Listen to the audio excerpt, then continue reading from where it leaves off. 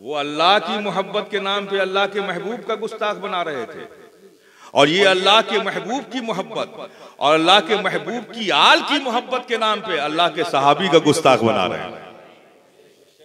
काम इनका भी यही है, काम इनका भी यही है, प्रोग्राम यही है कि आपको गुस्ताख बनाया जाए।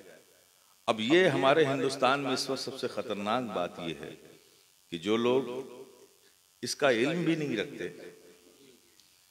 और कोई ऐसी दीनी मालूमात भी नहीं है, वो सब इनके लिए एक बेहतरीन कारिंदे बन गए। कारिंदे ही कहिए, क्योंकि इनकी तो कोई फिक्र है नहीं। अब जो हमारे बीच में मैंने जो जायजा लिया है, 3 तरह के लोग जो इनसे मुतासिर हो गए। एक तो वो हैं जिनका माली फायदा है। आपको मैं बता रहा हूं, आज सऊदिया से इतनी फंडिंग नहीं हो रही है जितना ईरान से आ रही है। आप ये ज़हन में रखिए, मैं सबूत पेश कर सकता हूं उसका, मैं कोई बात हवा में नहीं कहता। आज सऊदिया से इतनी फंडिंग नहीं हो रही है जितनी ईरान से हो रही है। कहां फंडिंग हो रही है आप जायजा लेंगे तो हर उस जगह पे फंड आ रहा है जिसे बज़ाहिर अहले सुन्नत वल जमात की अकीदत का मरकज कहते हैं। खानकाहों में हो रहा है। सुन्नियत का एक बहुत बड़ा तबका किसी न किसी ऐसी खानकाह जुड़ा, और उन खानकाहों में हो रहा है कि जो साहिब बुजुर्ग हैं, साहिब कब्र हैं, जिनके दामन करम से लोग जुड़े, जिनकी मोहब्बतों से वाबस्ता हैं, लेकिन सूए इत्तेफाक ये है कि उनके जो जानशीन, उनके मिशन की अशात करने वाला जानशीन तो वही होता है जो उनके मिशन की अशात करे। जानशीन तो वही होता है, लेकिन कहते तो जानशीन है, लेकिन हकीकत ये है कि वो जानशीन नहीं है, दीन से बेखबर है, उनको दीन मालूम ही नहीं है। बस वो केयर टेकर बने हुए हैं।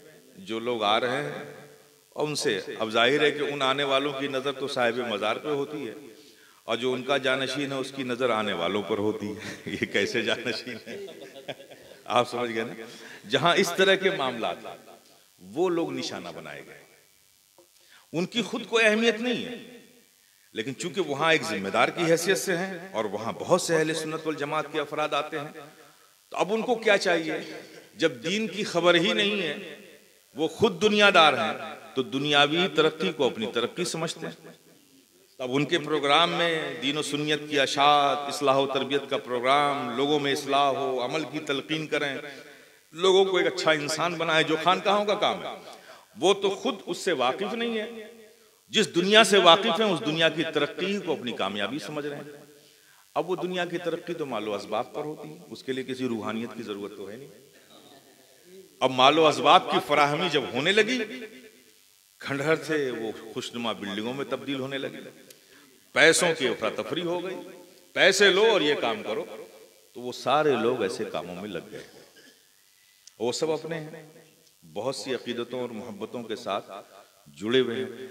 अच्छा, अब ये इसमें और भी बड़ी प्रॉब्लम क्या हो गई, एक गलती हमने और की पिछले 60-70 सालों में, माफ कीजिएगा मैं बात कह रहा हूं, कि हमने अहले सुन्नत वल जमात में एक बहुत बड़ा काम, गलत काम किया मेरी हिसाब से, कि शख्सियत साजी का काम हमने किया, जमात साजी का काम नहीं किया। ये जो शख्सियत साजी में हम लगे रहे ना, उसका भी ये फायदा उठा रहे हैं।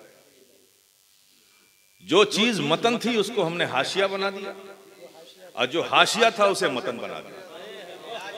शरीयत मतन थी, शख्सियत उसकी हाशिया थी, हमने शख्सियत को उठाकर मतन बनाया और मतन को हाशिया बना दिया। अब यही वजह है कि आप उलमा हैं, कोई बात मसला बयान करें तो अवाम यही कहते हैं भाई हमारे पीर साहब ने तो ऐसा कहा। ये जो आपने कहा है वो क्या आपने घर से कहा है?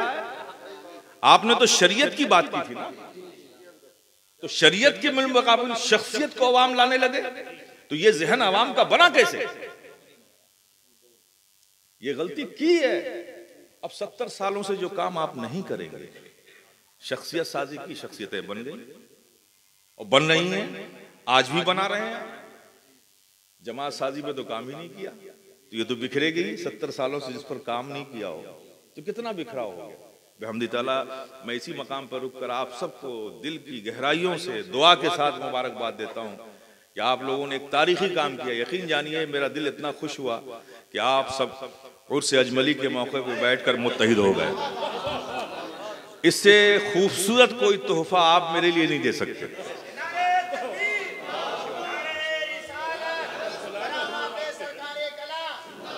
मुझे बेपनाह खुशी हुई। मैं ये पूरे हिंदुस्तान में यही माहौल चाहता हूं। अब हम नहीं उठेंगे तो कब उठेंगे? हम यही आवाज देने आपको आए हैं। देखिए, फितना बड़ा है, फितना बड़ा है। वहाबियत का फितना जब उठा तो उसको पहचानवाने में 100 साल सर्फ हो गए। आज तक हम अवाम को अकीदे वहाबियत से मुतारफ करा रहे हैं। अभी भी हमारे स्टेज से खाली नहीं, 100 साल लग गए हमें। और इस फितने वहाबियत की सरकोबी के लिए जब ये फितना उठा था तो हमारे पास कैसे कैसे अकाबरीन थे जो सब अपनी अपनी जात में एक अंजुमन थे, वो लोग थे। आज ये फितना उठा है तो हम किस हालत में? आप तसव्वुर कीजिए मेरे प्यारे, ये जंग आसान नहीं होगी। अगर हम इस तरह बिखरे रहेंगे तो जंग आसान नहीं होगी। हमें मुत्तहिद होना ही पड़ेगा अपने इल्म के तकाजे को। ये फज़्ल रब्बी से इल्म मिला, आप आलिम दीन हुए, यकीनन ये रब का बड़ा फज़्ल है। इस फज़्ल की हमें कदर करनी पड़ेगी। तकाजे दीन को शख्सियत से मुकद्दम करना पड़ेगा और दीन के हक को अदा करना पड़ेगा। जो शरीयत कहेगी हम उसके पाबंद हैं, वो शख्सियत कोई भी हो, हमें मानना भी पड़ेगा और हमें मनवाना भी पड़ेगा। आज जरूरत इस बात की है, आप हम सब मिलकर खड़े हो जाएंगे। अगर शरीयत के खिलाफ कोई बात आती है, वो शख्सियत कोई भी हो, हम समझौता नहीं करेंगे। सीधी सी बात यह, शख्सियतें जो भी हैं साहिब निस्बत हैं। आप निस्बतों का एहतराम कर लीजिए, उनकी ताज़ीम कर लीजिए, उनकी तकरीम कर लीजिए, उनसे मोहब्बत कर लीजिए, नो प्रॉब्लम। लेकिन काम दीन का कीजिए, काम दीन का कीजिए, काम शरीयत का कीजिए। आप आलिम दीन हैं, बड़ी जिम्मेदारियां हैं आप पर। आप मुझे बताइए, माजरत के साथ कहता हूं, हम सबको अपना मुहासबा लेना, किसी पे तंज नहीं, कमेंट्स नहीं, मैं किसी के ऊपर नहीं कहता, लेकिन मैं खुद अपने आप को भी कहता हूं, आपको भी कहता हूं। आप तसव्वुर कीजिए हमारी जिम्मेदारियां क्या। 14 साल 12 साल हम बैतुल रसूल में बैठकर, एक मदरसे में बैठकर हमने रसूल के दस्तरखान पर नमक खाया। 12 साल 14 साल खाया और 4 सालों में हमने किसी का नमक खाया। उसकी वफादारी का ज्यादा एहसास है, नबी की वफादारी का एहसास नहीं। हम कौन सी जिंदगी जी रहे हैं, कौन सी जिंदगी जी रहे हैं मेरे प्यारे? आपको गौर करना होगा। अपने आप को पहचानवाइए, किसी एहसास कमतरी का शिकार मत होइए। दीन का खादिम बन जाइए, आइए खिदमत कीजिए। आपने क्या समझ लिया है, ये राह जो है ये फूलों की सेज है? दीन का इल्म हासिल करना और दीन के तकाज़ों को पूरा करना, इस राह पर चलना, आप क्या तसव्वुर लेकर आए हैं? ये कोई फूलों की सेज है? अगर आपने ये तसव्वुर किया है तो अपनी राह बदल दीजिए। फिर अगर इसी राह का मुसाफिर बनना है आपको और अजमतों को हासिल करना है, तो फिर मेरे प्यारे हर सऊबत, हर कुर्बानी के लिए तैयार हो जाइए।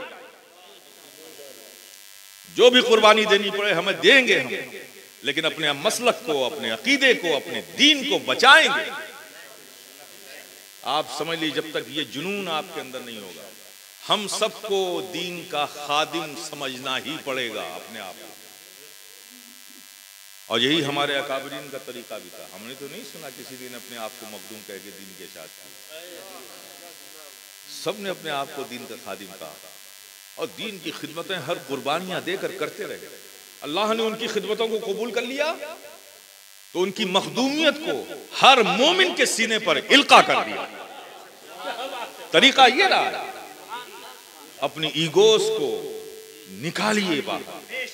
हमारा आपसे कुछ इख्तलाफ हो सकता है, लेकिन जब हम मसलक हैं, हम अकीदा हैं, तो इस मसले में हमारा कोई इख्तलाफ नहीं होना चाहिए। जरूरत है इस बात की। अब जो लोग हैं, एक तो वो हैं जो माली मफाद के तहत एजेंट बना लिए गए, उनको सरेदस वापस लाना तो आसान नहीं है, नामुमकिन नहीं कहूंगा, लेकिन आसान नहीं। इसलिए कि उनके सामने सीधे या तो आप जो फायदा हो रहा है उससे ज्यादा फायदा दें उनको आप, तो आ जाएंगे। और वो मुमकिन नहीं, वो मुमकिन नहीं है अभी भाई। दूसरे वो लोग हैं जो किसी न किसी से इख्तलाफ की बुनियाद पर, किसी की जबान से कोई बात निकली उस अजियत की बुनियाद पर, क्योंकि बहरहाल ये भी मानना पड़ेगा कि पिछले दौरों में जो वक्त गुजरा है 20-25 सालों का, उसमें कोई अहले सुन्नत वल जमात में कोई ज़ाब्ता, कोई प्रोग्राम नहीं रहा है। जिसकी समझ में जो आया, जहां से आया, जब आया, बोलना शुरू कर दिया।